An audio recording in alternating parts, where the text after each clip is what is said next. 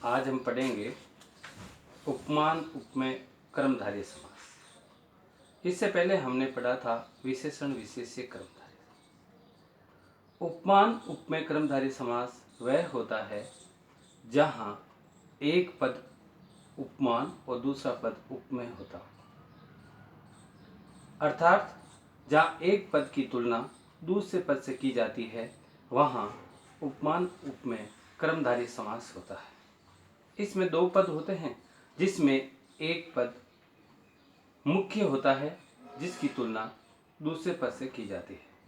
संस्कृत में विग्रह करते समय दोनों पदों को अलग अलग लिखकर जिस पद से तुलना की जाएगी उस पद के बाद इव लगाएंगे तथा प्रथम पद में प्रथमा विभक्ति एक वचन लगाएंगे। जैसे घनश्याम है, ये इसमें दो पद हैं और एक पद घन और दूसरा श्याम, अर्थात एक पद उपमान और दूसरा उपमेय है, इसलिए ये उपमान उपमेय कर्मधारय समास है।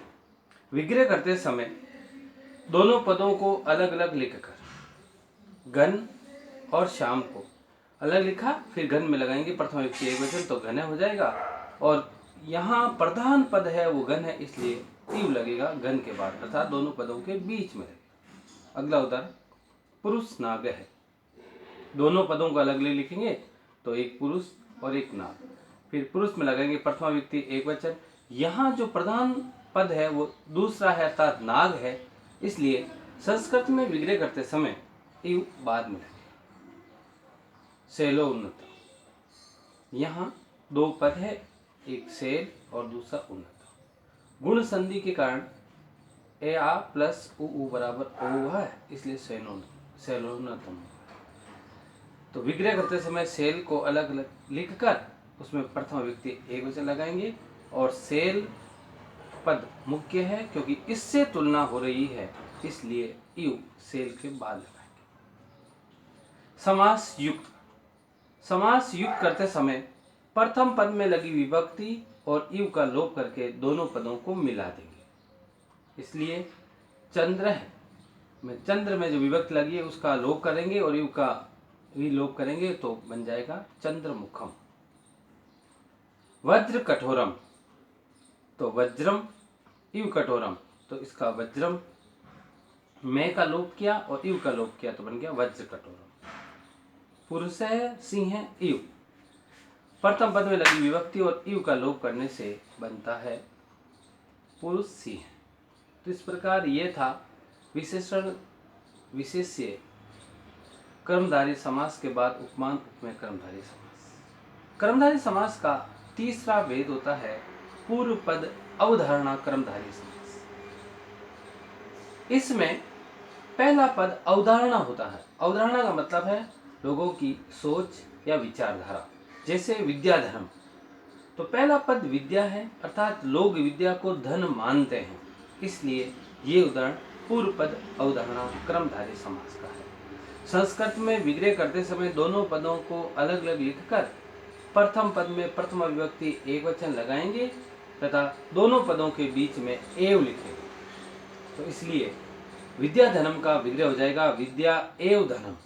विद्या आकारांत शब्द है इसलिए प्रथम विभक्ति एक वचन में कुछ नहीं लगता। अगला उदाहरण गुरुदेव, तो गुरु और देव को अलग लिखा, गुरु शब्द में प्रथम विभक्ति एक वचन हो गया गुरु है और बीच में लग जाएगा एव तो बन जाएगा गुरु है एव देव है। कर्म पूजा, तो यहाँ कर्म है वो अवधारणा है कि कुछ व्यक्ति कर्म को पूजा मानते हैं, इसलिए ये उदाहरण भी पूर्व पद अवधारणा कर्मधारय समास का है। संस्कृत में विग्रह करते समय कर्म को अलग लिखकर उसमें लगाएंगे प्रथम विभक्ति एक वचन तो बन जाएगा कर्मम और बीच में लगाएंगे एव तो बन जाएगा कर्मम एव पूजा।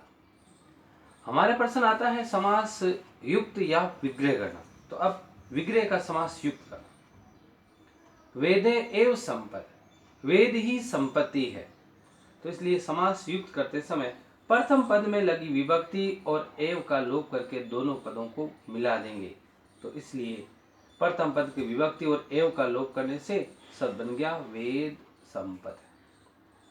अगला उदाहरण जलम एव जीवनम, समास युक्त करते समय जलम की प्रथम व्यक्ति का लोप किया तो मैं का लोप हुआ और एव का लोप हुआ तो बन गया जल जीवनम। दारा एव योतकम।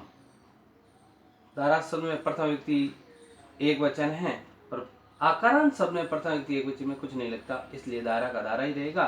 तो सिर्फ एव का ही लोप होगा तो शब्द बन जाएगा दारा योतकम। तो इस प्रकार आज हमने कर्मधारय समास के बचे हुए दो भाग, उपमान उपमेय कर्मधारय समास और पूर्व पद अवधारणा कर्मधारय समास पढ़ा। धन्यवाद।